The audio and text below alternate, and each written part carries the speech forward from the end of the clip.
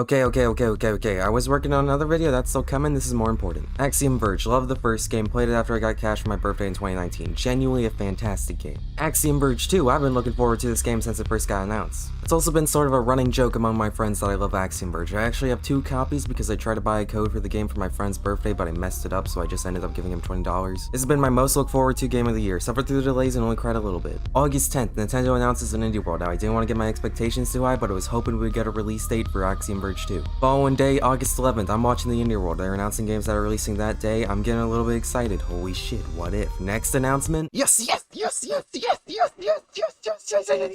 holy shit, yeah! Now, what's the cherry on top? August 11th is my birthday. It came full circle, the game I've been hyping up among my friends for months, releasing on my birthday. Tom Hap, how did you know? The August 11th Birthday Society graciously accepts this masterpiece known as Axiom Verge 2. I downloaded it as soon as I came out and played till my controller died, and then I went out and hang with my family like a responsible person, but then I came back and played it some more because it's fun as shit. Now first off, you're gonna have to excuse some of the footage here because I was a bit too eager and forgot that my recording settings were set to 540p and 10 FPS for the first hour of recording because I am not smart. I am still got some of the good stuff in 1080-60, but when you see the game looking like a chopped onion, it's not the game's fault. I'm not gonna try to reveal spoilers because this game is new and you gotta play it for yourself. Please play it, this is genuine. Game of the year, this is the Celeste or Hades of 2021. AV2 is a Metroidvania like the first game. Axiom Verge 1 was inspired by Metroid 1, not Super Metroid. It was trying to be like Metroid 1 while still having the modern conveniences. Axiom Verge 2 is not trying to be like any pre-existing game, it's its own completely different beast. The upgrades you get are so rapid fire, like boom, boom, boom, boom, boom, and each one of them completely change how you look at the world. Yeah, these gates that won't open, but they unlock the hacking ability, which lets you open them, but you also get to hack enemies from just neutering them to making them fight for you. These little bugs you see are actually robots. You can make them swarm a powerful enemy and they almost win. You get the drone, which was in the first game, but they expanded the idea so much further than the first game did, and the first game took that idea pretty far. The second game just runs with it so much in ways that I don't even want to spoil out of just respect for how good they are. Then, when you think you figured the game out, they go, nah, wall climbing. Some of the first game didn't even have anything resembling, and you're like, oh shit, I gotta go back through the entire map and play with this new power. And that's just the tip of the iceberg. The weapon pool has been extremely shrunken down, it seems, but with the hacking ability and the fact that a lot of bosses are now optional, as in you can just fight them or just ignore them entirely, I think it works fine. If you're worried about not playing the first one first and not understanding the story, don't worry. This game takes place hundreds of years after the first game, stars a completely different main character, and anything enhanced by the first game is mostly just, oh shit, it's from the first game.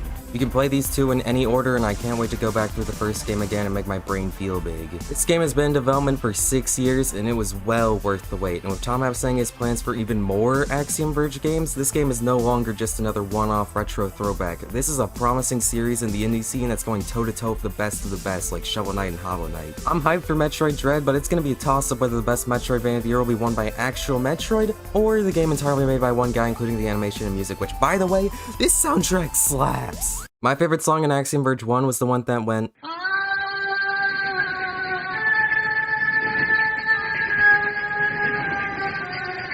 and now in Axiom Verge 2, nearly every track uses those kinds of vocals, and it's glorious.